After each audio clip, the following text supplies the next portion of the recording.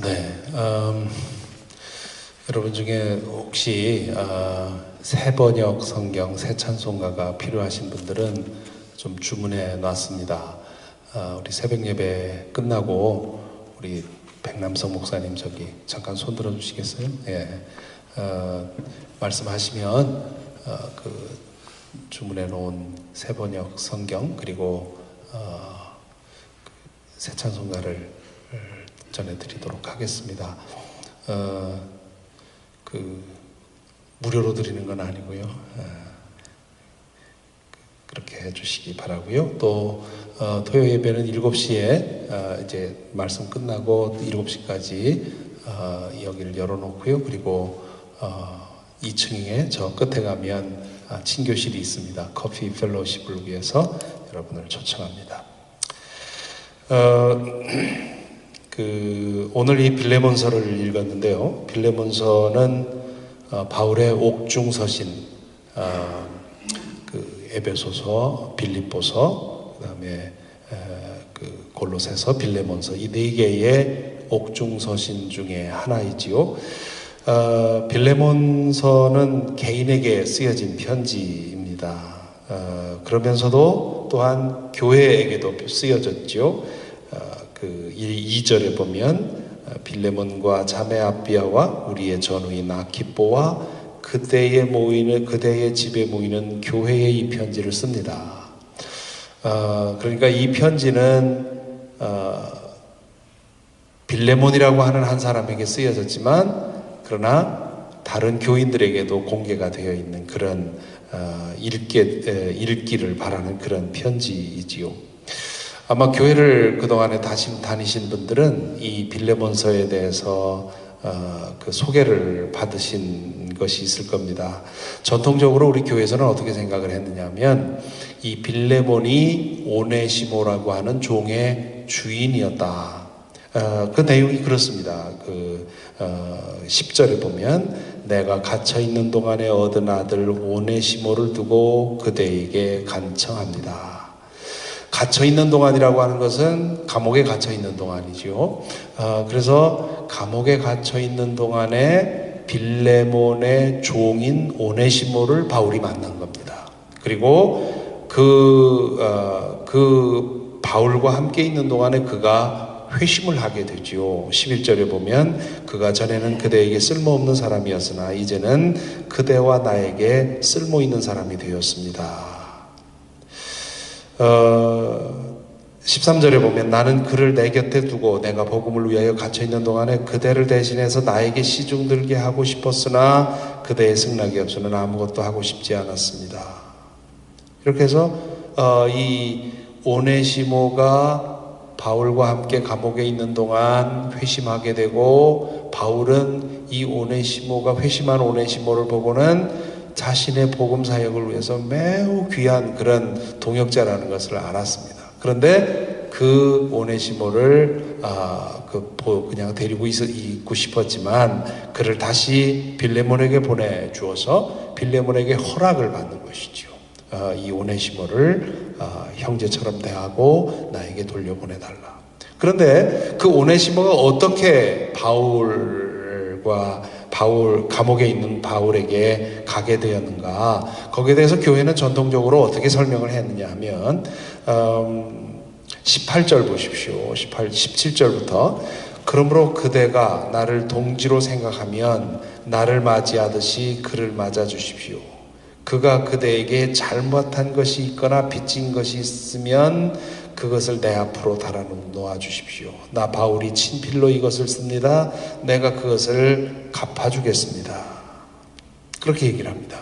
여기서 18절에 보면 그가 그대에게 잘못한 것이 있거나 빚진 것이 있거든 이 말이 많은 그 이후에 이 빌레몬서를 읽는 사람들에게 어떤 생각을 하게 해줬느냐면 종 오네시모가 빌레몬의 돈을 훔쳐서 달아났구나. 그렇게 생각을 한 겁니다.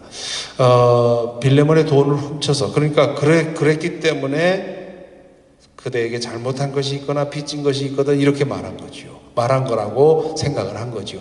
종이 주인에게 잘못한 것이 있거나 빚진 것이 있다면 그건 종의 그 주인의 돈을 훔쳐서 달아난 것이라고 할 수 있을 것입니다. 그래서 이제 이 빌레몬서 한 장을 통해서 다시 이렇게 리컨스트럭트한 스토리가 뭐냐면, 오네시모가 빌레몬의 종이었는데 그 주인의 재산을 훔쳐서 달아났다가 바울이 감옥에 gat혀 있는 그 지역에서 검거가 돼서 happen to be 바울과 같은 감옥에 처하게 되었고, 같은 옥수로서 이제 바울을 만나게 되고 바울을 통해서 회심하게 되었다. 이것이 이제 이 교회가 그동안 2000년 동안 믿어왔던 스토리입니다. 그런데 얼마 전부터 여기에 대해서 의문을 제기하는 분들이 생겼습니다. 왜 어떤 의문이냐면, 과연 이 18절 그가 그대에게 잘못한 것이 있거나 빚진 것이 있거든, 이 말 가지고 오네시모가 주인의 돈을 훔쳤다고 단정할 만한 충분한 근거가 되는가, 그런 얘기죠. 혹시 이것이 종은 그런 사람들이라고 하는 선입견이 만들어낸 오해가 아닌가, 그런 생각을 했습니다. 여러분, 바로 앞에 우리 어제 읽은 디도서, 바로 한 장 앞으로 한번 넘어가면 디도서 2장을 보십시오. 디도서 2장 9절 보면, 종들을 가르치되 모든 일에 주인에게 복종하고 그들을 기쁘게 하고 말대꾸를 하지 말고 훔쳐내지 말고 온전히 신실하라고 하십시오. 여기 디도에게 쓴 편지에서 디도에게 말하는 거 그게요. 여러분, 당신이 지도하는 교회에 종이 있다면 그 종에게 이렇게 가르치십시오, 그런 얘기죠. 그런데 그 가르침의 내용 중에 10절에 보면 훔쳐내지 말고 그렇게 되어 있습니다. 종은 훔치는 사람이다, 이런 훔치는 경향이 있다, 그런 그 선입견이 여기에도 있는 거지요. 그런데 종이라고 다 훔쳐내는 거 아니지 않습니까? 우리 한국 분들, 비즈니스 오너들이 이 아르바이트 하는 혹은 헬퍼들에게 가진 그런 선입견도 아마 비슷할 겁니다. 대부분의 그 헬퍼들은 믿을 수가 없다. 보지 않는 사이에 부정하게 자기 돈을 가져간다 하는 그런 생각을 하고 의심하는 것처럼, 당시 이 주 노예들에 대해서도 그런 생각이 있었던 거죠.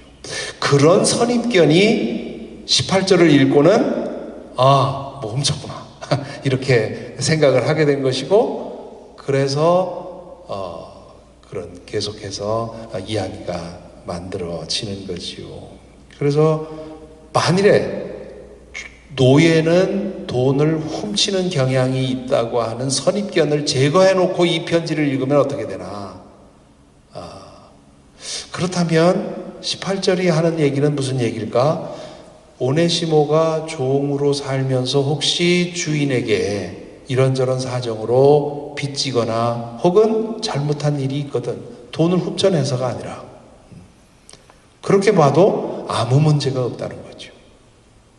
여러분, 요새 우리 미국에서 일어나는 일들, Black Lives Matter 이런 지금 데모가 계속되고 있는데, 경찰들이 아무것도 무기를 가지지 않은 흑인 청년을 만났을 때 그렇게 지나치게 진압하고 하는 이유가 어디에 있습니까? 그런 선입견이죠. 흑인들에 대한 선입견. 물론 이제 그 경찰들의 이야기를 들으니까 좀 달라요. 그 경찰들의 이야기는 뭐냐면, 경찰로 훈련받을 때 그렇게 상황을 보고 이 사람은 이러니까 그냥 힘을 잃도록 한 방으로 해서 부상만 입혀야 되겠다, 이 사람은 위험하니까 죽여야 되겠다, 이렇게 훈련받지 않는다는 거죠. 어떤 상황이든 완전히 제압하도록, 그러니까 최악의 경우를 대비하기 위해서 완전한 제압을 위해서 끊임없이 훈련받는다는 거예요. 그래서 자신들은 그런 상황에 오면 뭐 달이나 이런데 쏴가지고 일단 무력화시키고 그 다음에 해야 되겠다 이런 판단이 안 든다는 거죠. 기계적으로 그 사람을 완전히 제압할 수 있도록 훈련받았기 때문에 그래서 이제 생명을 잃을 만큼 그렇게 처리를 대응을 한다고 합니다. 그러니까 이제 당사자마다 말이 다른데 그런데 확실히 분명히 우리가 알 수 있는 것은 흑인들에 대한 잠재적 범죄자로서 흑인들에 대한 선입견이 있다고요. 네. 오바마 대통령도 최근에 그런 그 모임에서 얘기하지 않았습니까? 자기가 옛날에 같은 아파트에 사는, 그러니까 집에 들어가려고 엘리베이터에 탔는데 같은 아파트에 자주 만나는 어떤 여성이 거기 할머니가 거기 나보다 먼저 들어가 있었는데 자신이 거기로 들어가니까 할머니가 나오더라고요. 그러니까 자신이 흑인이라는 것 때문에 그런 선입견으로 잠재적인 범죄자로 자기도 취급받은 적이 있다.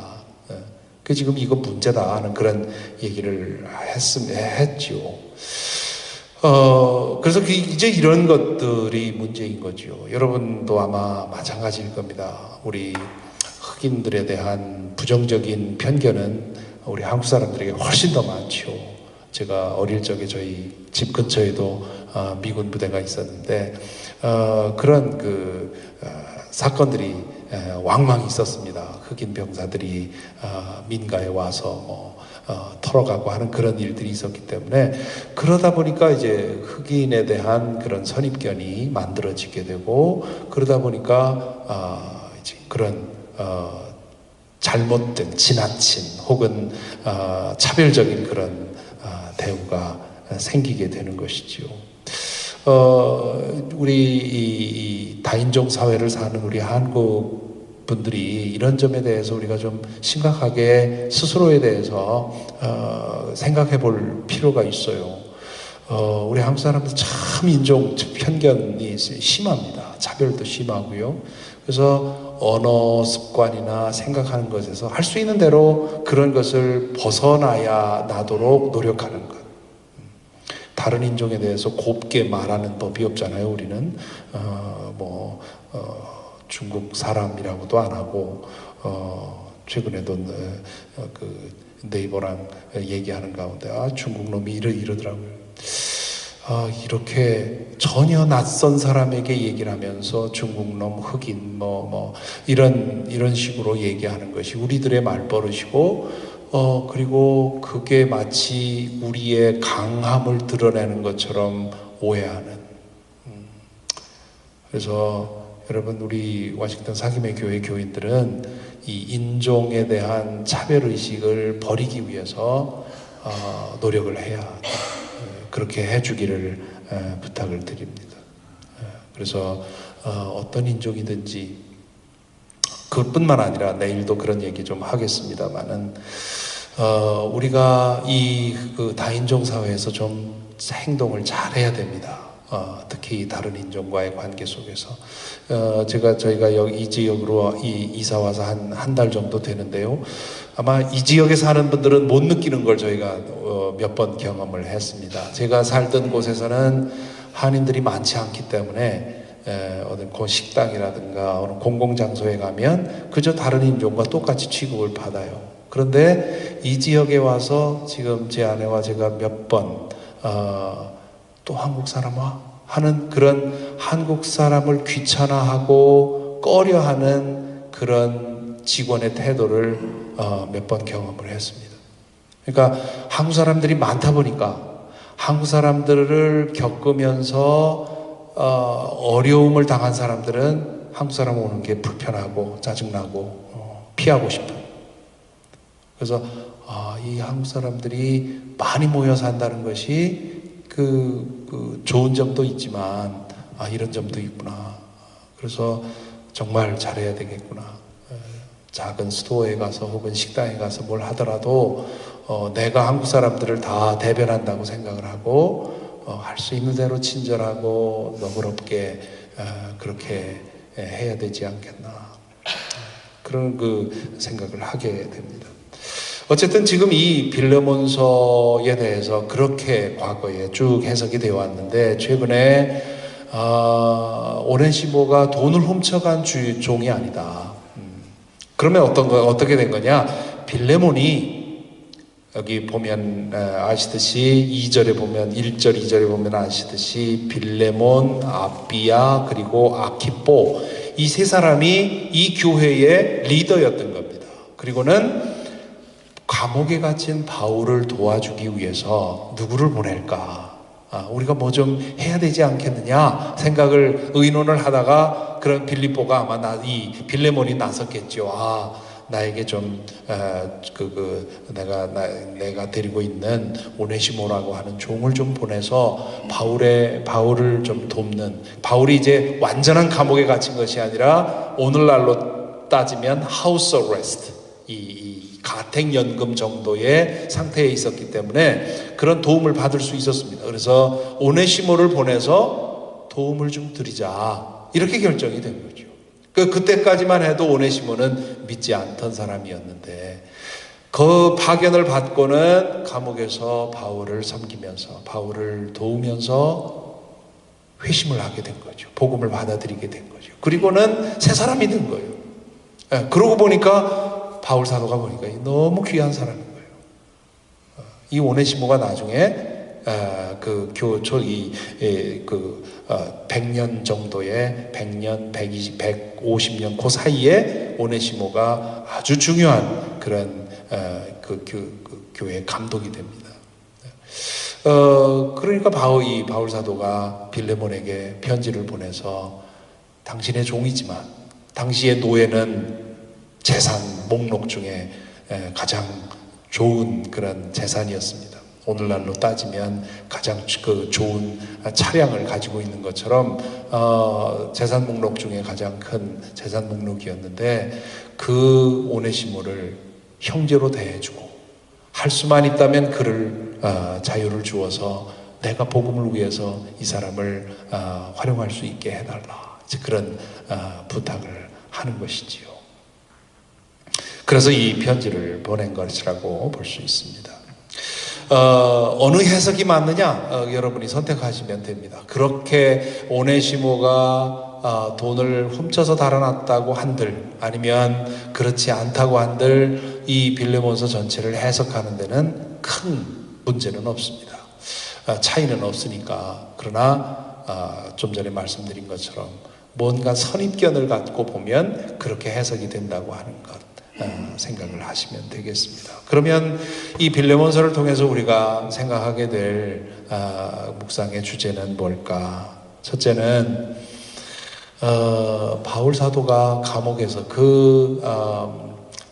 열악한 조건에서 오네시모와 함께 지내면서 얼마가 됐는지 모르죠. 몇 달이 되었을지, 1년, 2년이 되었을지, 그렇게 함께 지내면서 오네시모가 복음을 받아들이게 되었다고 하는 것. 이렇게 복음을 전하는 것, 말로 전하는 것, 그 쉬운 일입니다. 그러나 그렇게 같이 좁은 공간에서 함께 살면서 복음을 전할 뿐만 아니라 바울이 살고 말하고 행동하는 것을 보고 감화를 받고, 만일에 바울의 전하는 말씀은 좋았는데 그가 말하고 행동하는 것이 복음과 일치하지 않았다면 오네시모가 변화받을 수가 없었겠죠. 과연 바울 사도다 하는 그런 생각하게 되지요. 우리는 어떤가? 우리는 과연 나와 가장 가까이 있는 사람이 내 말과 내 행실과 내 살아가는 것을 보고 복음의 감화력을 느낄 수 있을까? 한번 우리 자신을 돌아봤으면 좋겠습니다. 저는 여기서는 그렇지 않지만 지난 11년 동안 부목사님들과 함께 지내면서, 여러 부목사님들과 함께 지내면서 늘 그런 생각을 했어요. 내가 교인들에게 아무리 존경받고 아무리 교인들에게 인정받아도 나와 함께 일하는 부목사님들이 이 사람 가짜다 이러면 나는 아닌 거죠. 제가 가장 저를 가까이 보고 많이 보는 부목사님들 그리고 내 가족들이 저를 목사로서 혹은 신앙인으로서 인정하지 않으면 저는 제가 아무리 설교를 잘하고 아무리 목회를 잘해도 저는 가짜지요. 제가 추구할 것은 교회를 크게 일구는 것을 추구하는 것이 아니라 속속들이 복음이 내 속에 들어가서 24시간 가까이에서 나를 보는 사람들조차도 사람들이 그것을 인정하는 사람이 되는 것, 그러한 복음의 사람이 되는 것이 바라는 일입니다. 같은 목회자들 부정적인 얘기하는 거 좋지 않지만 때때로 유명하다는 목사님들, 잘 알려져 있다는 목사님들, 그분들을 가까이에서 본 사람들로부터 전혀 다른 얘기 듣는 경우 많이 있습니다. 최근에도 한국신문에 어느 원로 목사님의 인터뷰가 났더군요. 굉장히 훌륭하신 분인 것처럼 그렇게 본인도 말하고 또 소개가 되었는데요. 그분이 한참 때 그분 옆에서 함께 수행하면서 일을 했던 분에게서 들은 얘기는 전혀 다른 얘기입니다. 한국 최고의 교회의 담임 목사님이라므로 살았지만 그 사적인 공간에서의 그분의 모습은 전혀 다르다. 아무리 대중 앞에서 멋져도 그 사적 공간에서 그렇지 않다면 부끄러운 일이지요. 우리의 신앙이 사적 공간에까지 파고 들어가서 나와 함께 지내는 사람들조차도 이 사람은 그리스도의 사람이라고 하는 그런, 아내 앞에서 이런 얘기하기가 참 겁나는 얘기입니다만은 그렇습니다. 또 하나 오늘 이 빌레몬서를 통해서 생각할 것은 바울 사도가 그 노예의 주인인 빌레몬에게 오네시모를 형제로 대하십시오. 같은 그리스도인으로 대하십시오. 그렇게 얘기를 하죠.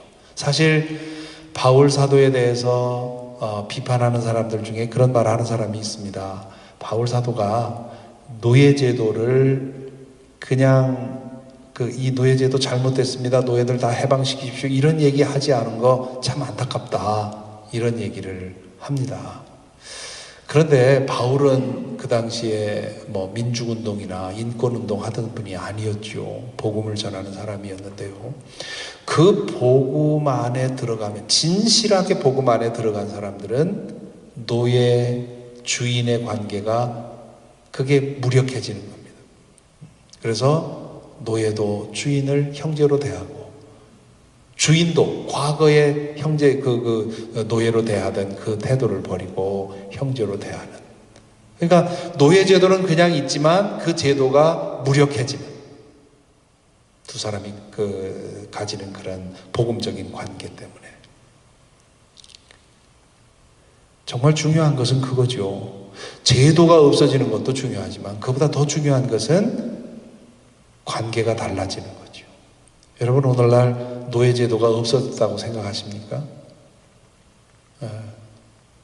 보십시오. 노예제도 그대로 있습니다. 다만 신분으로 노예라고 하는 그런 것만 없는 것이지, 과거에 그 할아버지, 할머니, 증조 할아버지 하던 일을 그대로 지금 흑인들이 하고 있지 않습니까?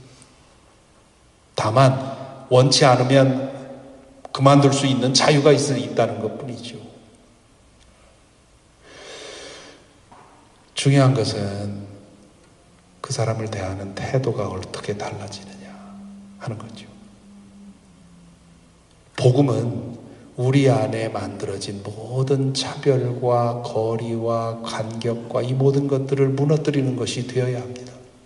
만일 사회적으로 우리가 가지고 있는 그런 사회적인 그런 것들이 교회 안에 그대로 있다면, 그렇다면 우리가 아직 복음의 사람이 아닌 거죠.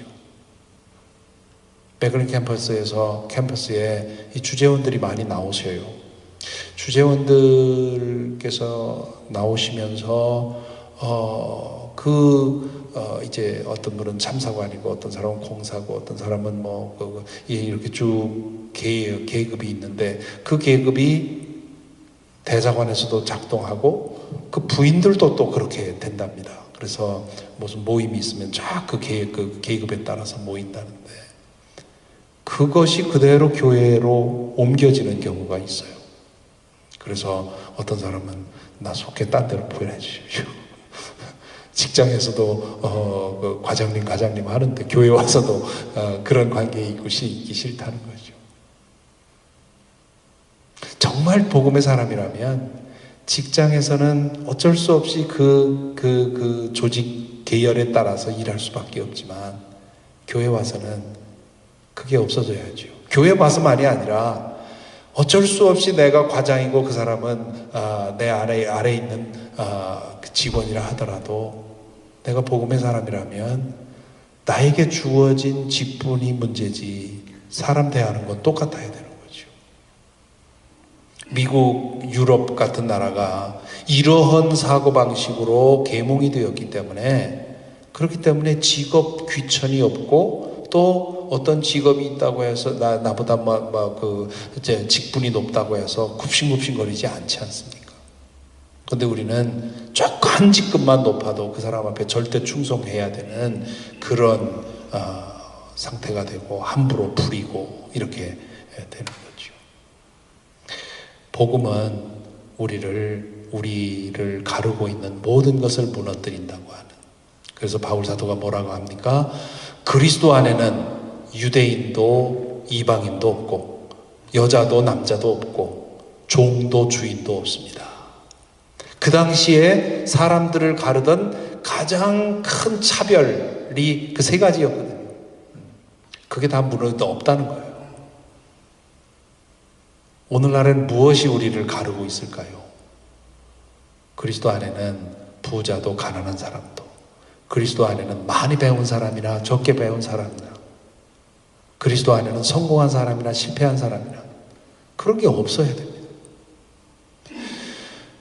우리 교회에서 꼭 이루고 싶은 일이 있습니다. 우리 교회에 소속이 된 성도들이 재산 정도나 교육 정도나 배경이나 이런 거 상관없이 정말 모두가 다 형제 자매가 되어서 소통하는 그런 교회가 되었으면 좋겠어요. 많이 배운 사람이라고 해서 그 사람 앞에서 주눅 들고 내가 좀 했다고 해 가진 것이 있다고 해서 부족한 사람 앞에서 내가 좀 나은 것처럼 생각하고 행동하고, 그래서 그 간격이 좁혀지지 않는 그런, 오늘 교회 다 그래요. 그래서 교회 아니지요. 아직도 진정한 교회라고 하는 것은 복음 안에서 그 모든 것이 녹아져서 그냥 사회적으로 어떻게 살든 그 사람이 어떤 신분이든 뭐든 상관없이 녹아져야 되는 거죠. 그러면 여러분들 가운데 나에게 내가 좀 여러 가지 어떤 부족한 점이 있다 한다면 그 부족함을 느끼는 것이 복음 안에서 부끄러운 일입니다. 바울 사도가 뭐라고 했습니까? 내가 아무것도 없지만 다 가진 사람 같다. 정말 복음이 내 속에 들어가면 내 열등감을 치유하게 되어 있어요. 반면에 혹시 내가 뭔가 나의 처지, 나의 소유 때문에 다른 사람보다 낫다는 생각이 조금이라도 있다면 그것도 역시 복음이 아직도 들어가지 않은 겁니다. 이 복음의 정신이 우리 가운데 충만히 있어서 우리 교회에 속한 모든 사람들은 그 세상적인 조건, 물질적인 조건 상관없이 모두가 다 낮아져서 하나가 되는 그런 사랑의 공동체가 되었으면 좋겠습니다. 이 스피릿을 여러분부터 가지고 살아가면 좋겠어요. 그래서 그렇게 하게 되면 누구든지 이 공동체 안에 들어오는 사람들은 사회에서 차고 있던 계급장을 벗어놓고 그리고는 들어와서 함께 형제 자매로 연대할 줄로 믿습니다. 그런 공동체가 될 수 있도록 계속 기도해 주시기 바랍니다. 찬송가 220장 함께 부르겠습니다. 통일 찬송가는 278장.